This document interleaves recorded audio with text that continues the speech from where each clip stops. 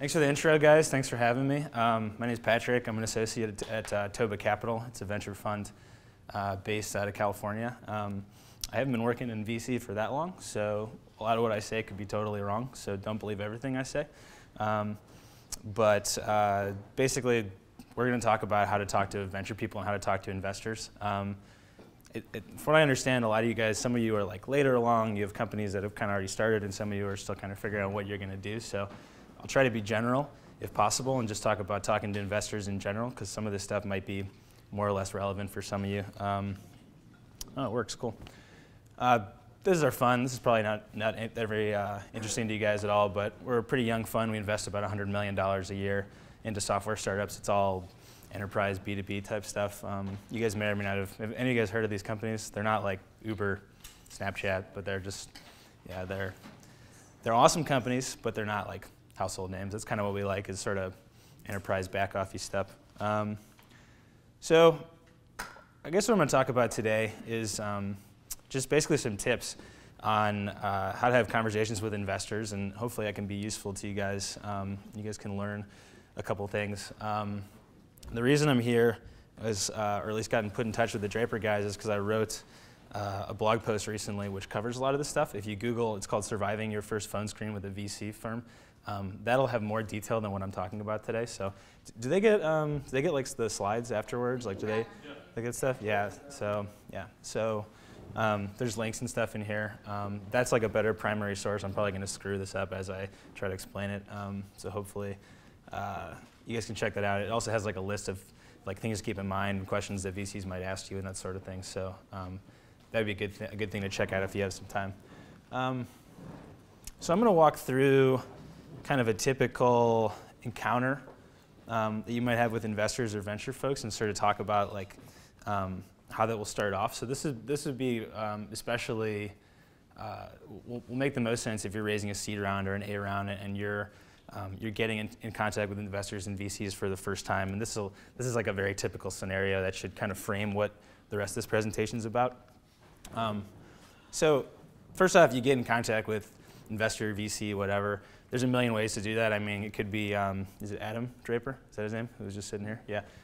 It could be him you meet from here. It could be someone that you meet because like you answer their question on Quora or something, or on Twitter, and you meet investors that way. It could be you go to an accelerator, but there's a million ways to meet venture folks, and that's kind of outside the scope of this presentation. But point being, you have some reason to call them or email them. So you send them an email and you say, hey, I want to tell you about this awesome startup I have. It's this amazing idea. It's going to change the world, blah, blah, blah. Can I have a meeting? And then they will say to you, you know, before we have a meeting, I'd love for you to take a phone call beforehand. So let's do a 20, 30-minute call, not necessarily even with the partner. So there's folks like me at venture firms called associates, and what we do essentially is screen incoming opportunities for the fund before they make their ways to the partners. So there's the partners that are like the general partners that make the investment decisions, and the associates are the ones that do the research. So it's very common that you get kicked down to a phone call with an associate beforehand. And you might think that this is like, oh, like I'm not getting FaceTime with the partner. This totally sucks. Why am I talking to this 22-year-old person? Like I should be talking to someone more important. But it is important to get past this person, because they're basically the gatekeeper to the fund. In my job, for example, I don't make investment decisions, but I can basically stop you from meeting partners later on. So it's important that you actually, and that's the point of this blog post that I tried to make, is it's important to survive this first phone call, make a good impression, and go further along in your relationship with the fund, which is what I'm going to kind of go through today, which is what I just said here. A good analogy is dating, actually. It's like a first date. A lot of people approach stuff with investors like, hey, I had this meeting with a VC. How do I get them to put money into my company? Like, how do I succeed? And that's like saying, oh, I'm going on a first date with this girl. How do I get her to marry me? It's just kind of like putting the cart before the horse. When you're meeting with investors, it's a two-way relationship. You want to feel out if they're going to be good fits for you, and they're trying to figure out if you're going to be a good fit for the fund. So I think that thinking about this as like getting to know someone is sort of almost like a first date. Is kind of a healthy way to think about it, because both sides can pull the plug at any point. You're evaluating the investor to the same extent that they're evaluating you. By the way, if you guys have questions or anything, just raise your hands. Wow, that's loud. So I'm going to structure this around 5 sort of main takeaways, main tips for your interactions with investors. I'll go into more detail on each, but number 1 basically is trim down your pitch deck. So as part of your, what you do in this, do you guys make like pitch decks? Like do you guys kind of make that whole thing? How big are they? Like how big are they expected to be? Oh, so they're short. Okay, so you guys, you don't have, you never make like a very long, like full pitch deck? We make a long one, but we only are supposed to present a 2-minute one. 2 minutes. Perfect. So you guys are like already doing exactly what my advice is going to be. So a lot of people that approach venture capital funds like ourselves have these enormous pitch decks, or even worse is like 50-page memos. Like a lot of bankers are circulating these outrageously long memos that are just like super duper lengthy and bad. So yeah, I mean, in your case, you're doing a 2-minute presentation through Draper, but in a lot of times, if you're meeting with other investors, you might have like a 20-minute phone call to go through your slides. So it's important to, I think about sizing the materials that you share with investors based on the kind of conversation you're going to have. So if you have a 2-minute presentation, what is that, like 2 slides, 3 slides, or something like that? No slides? Like just 5 slides? Yeah, so size for that, you might have a first phone screen, which is like 10 slides that you go through with an associate, and then when you have like your big pitch to the partners, which could be later on, then that could be 30 slides or 20 slides with an appendix. The point is just think critically about that, and it sounds like you guys already know what I'm talking about here. 10 slides is good for a first call with VCs if you end up going that direction. With an appendix?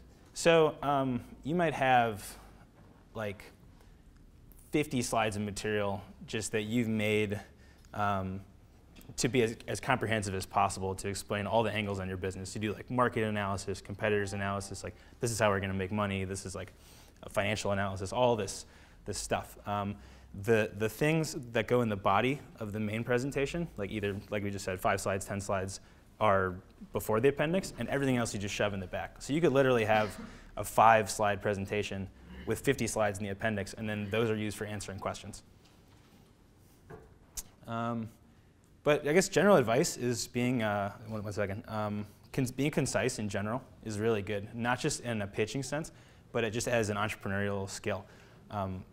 If you're a CEO of a startup and you're going to be, let's say it's a successful startup and you're going to spend 10 years running it and selling it to people and selling it to employees, selling it to customers, selling it to the press, being able to convey what you guys do in layman's terms very concisely instead of falling into business jargon is just a really important skill in general. Because if you're talking to, I don't know, TechCrunch, because you have this amazing startup that's taking off, you want to be able to explain it in a way that's totally comprehensible just to the common denominator of all readers. And it's a very typical startup entrepreneur trait to want to get super technical and get as detailed as possible from the beginning. So practicing being concise in general is a really good skill just across the board. You have a question? That's super great advice and something that I'm working on now. And one of the things I wanted, that kind of leads me into the question of being concise.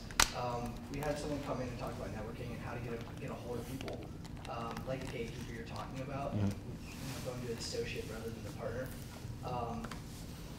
So when you do send that first email, something I've been trying out is using bolding very selectively.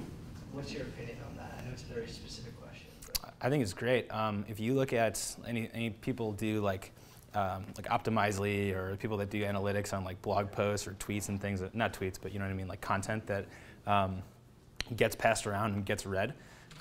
You always see that the conversion rate or the read rate or whatever goes up when you make it easy for the reader by doing bold and maybe not italics, but I think bold is probably the best one, just like to draw your attention to the main points.